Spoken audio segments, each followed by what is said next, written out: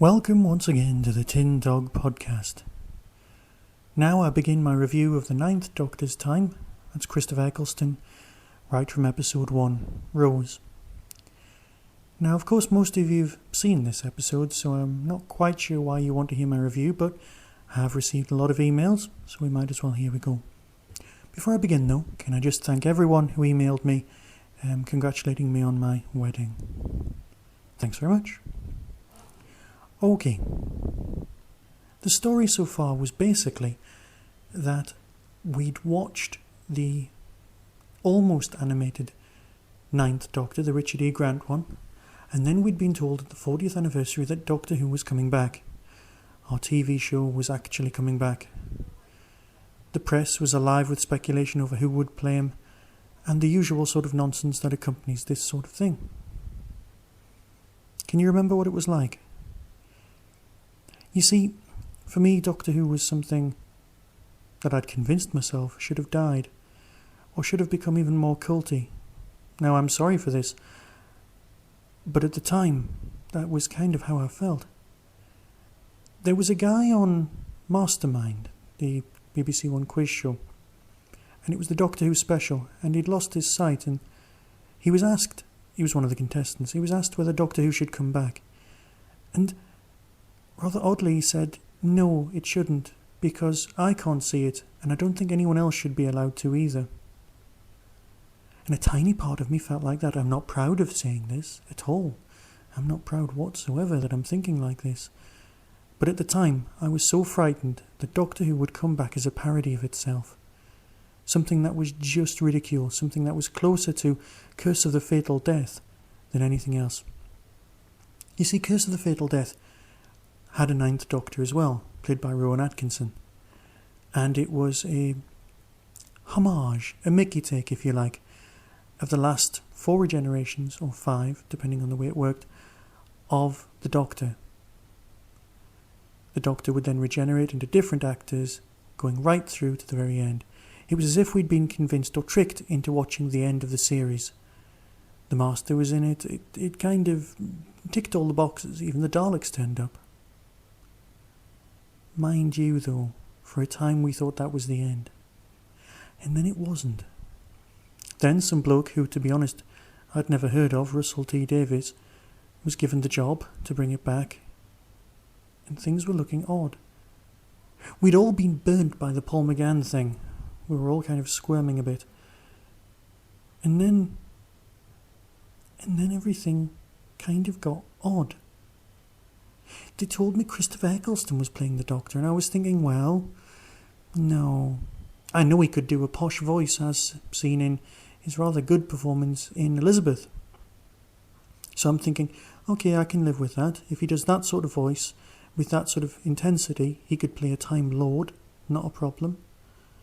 I wonder how much of the novels, how much of the backstory that's happened in the intervening time they'll take on board. Of course, like everyone else, I wondered what the TARDIS would look like, and I wondered if it would still make the same noises, or even if they'd change things like fixing the chameleon circuit, or how much CGI they'd use. Little things that matter to us fans. And then the news that Billy Piper was going to be in it. Billy Piper? Why do we travel through time and space? Because we want to. Because we want to. That's not good. We were worried. We thought it was a Langford move. Now, I knew that Billy Piper had been an actress long before she'd been a child singer, but I didn't know better at the time. She was just a child singer.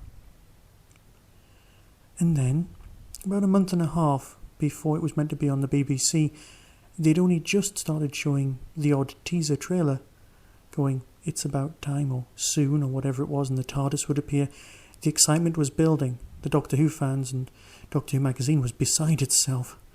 Russell T Davies was already having the mick taken out of him. People were saying things about Queer as Folk and comparing the two. And let's face it, that scene at the end of the first season of Queer as Folk where they dematerialise. Yeah. And of course the whole K9 thing. It didn't bode well. Of course, we also had Christopher Eccleston playing God or Jesus or something on ITV. Yeah, these things weren't working. I was very worried. And then, on the news, they said that Doctor Who had been released onto the internet. I'm thinking, what, was this promotional something?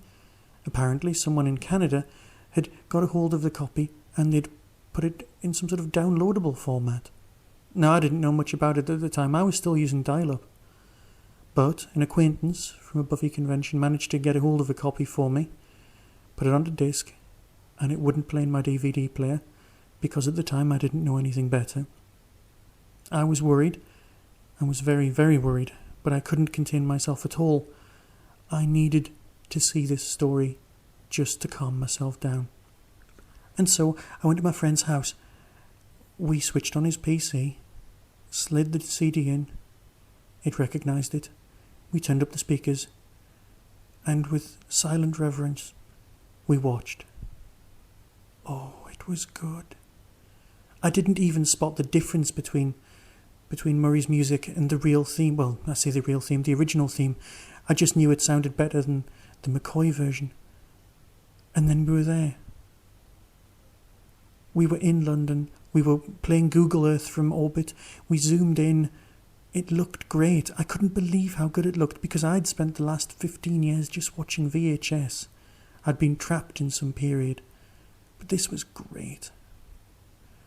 I know the direction was a bit intense and it was very snappy, very quick. But it was glorious. Just sitting there, watching this not particularly large monitor. The story unfolded. It unfolded well. We were introduced to Rose. It was all right. There were moments when it could have fell apart. Things like the Ninth Doctor saying things like, explaining the chameleon circuit, saying it's a disguise rather than a cloaking device. Tiny moments. And every time Russell managed to go, no, you were expecting that, but here's what I've done instead. It wasn't perfect. There were things like Mickey being eaten by a bin and things like that, which just threw me, but I'll get to those in a moment. I'm just trying to recreate the sensation, the feeling of sitting there watching it. We got to the end, and we just sat there in silence. And then we were happy. We were so pleased. And I know I felt bad about watching a download when I should have watched or waited, but I just couldn't bring myself to do it. I was so happy. I think I actually wrote to Russell T soon afterwards, which was probably a bad move. So anyway, let's discuss the actual episode as broadcast, complete with Graham Norton. For those of you who don't live in England, there was a slight error during the broadcast of the very first episode. This has been well recorded, and on post-Gallifrey, massive conspiracy theories have kicked in, basically saying that the error occurred on screen, so much so that the BBC would have to trick us into, well, let's put it this way, buying a DVD if we wanted a pure, clean copy. But we're Doctor Who fans. We'd do that anyway. So, the story itself, it's got some wonderful, wonderful moments. The Doctor's first words, saying, run! And we do, we go with him. The whole programme, it's pitched so right. Obviously it has to be from Rose. Rose represents us, represents the audience, like any good companion should. Billie Piper is an enormous surprise. She was great. We just went with it. We totally believed her. Of course, there were some lovely moments, things like Clive, the Doctor Who fan. And let's face it, he was a fan of the TV series. He had a blue shed with white windows, very nice. Obviously, it doesn't actually make sense, the stuff he has. He says the title's passed on to father and son. but you don't get to see any of the other doctors, and I know that's there on purpose in order not to confuse new viewers. But things like dates like 1963, 1912, 1883, they're thrown in with pictures of the Ninth Doctor, who in this story is newly regenerated, which is fine. It's a time travel show, which means these pictures should have happened in this season, or indeed, as I thought, the next season, because at the time I still thought Eccleston was going to go on. Of course, I'm getting ahead of myself. Eccleston going on is a whole different storyline for later. The post-regeneration scene, the bit where Eccleston's wandering around the flat, is particularly well done, and I'm so glad we don't have any of that madness associated with post-regenerative shock going back to the Fourth Doctor. It does appear that he's never seen his own reflection before, and the choice of Autons as villains was just an odd thing, but it worked. Russell did get it right.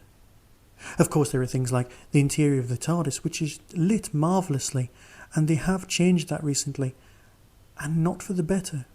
I liked the whole inside a fish tank feel that we had going. Perhaps that's just me, I don't know. It's not perfect, it's genuinely not. Mickey and the bin becoming plastic. Well, just listen to the Tachyon TV podcast commentary and you'll understand the whole, is he made of wood, is he made of plastic? But that does help with Mickey's eventual evolution as a character into something much, much better. The guy is a waste of space in this story, but that's the point of him. That's what he's for. It does work. Of course, this is the first time we ever come across Russell's hidden agenda. His hidden chip agenda, where the Doctor talks about the human race and saying things like, all we do is eat chips, watch TV and sleep. And let's face it, we do. But that's because the theme of Doctor Who in this series, since it's come back, is normalcy. It's normality. It's the way that the world is affected by other things beyond its control. That's just for me. The Doctor saying things like fantastic, and of course with this just being episode 1, we've got tourist trap London. Every time you go to London you only see about 5 different landmarks, but they're what's identifiable to the rest of the world, which is fine, especially early on. We experience everything through Rose's eyes, and for a new audience it's a perfect way in. I must admit, I was annoyed by what Eccleston was wearing. A leather coat, jeans and a pair of boots. Well, I was wearing that at a Doctor Who convention when we were told what the new Doctor was going to be wearing. I looked down and thought, great, they think I've come as Eccleston already, when really all I was doing was dressed as myself. I must admit, I'm a pushover for the whole Edwardian frock coats thing. But perhaps I'm just too much of an old school fan. Again, I've made a point of it before, so I don't really need to labour the point. I would have liked Eccleston to use the voice he used in Elizabeth. Something a little more posher. Time Lord is a rank, not a race. It was a great story, but then again you already know this. Next time, we'll be discussing The End of the World, which of course is episode 2. In America, sometimes Rose and The End of the World are put together, which is a lovely thing. But, as they are officially 2 episodes, I will be doing that one next time. Thanks for listening. Be seeing you.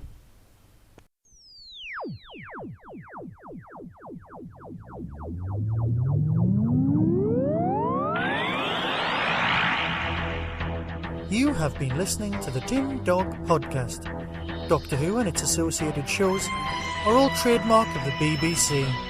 No infringement is intended. Contact us at tin-dog@hotmail.co.uk.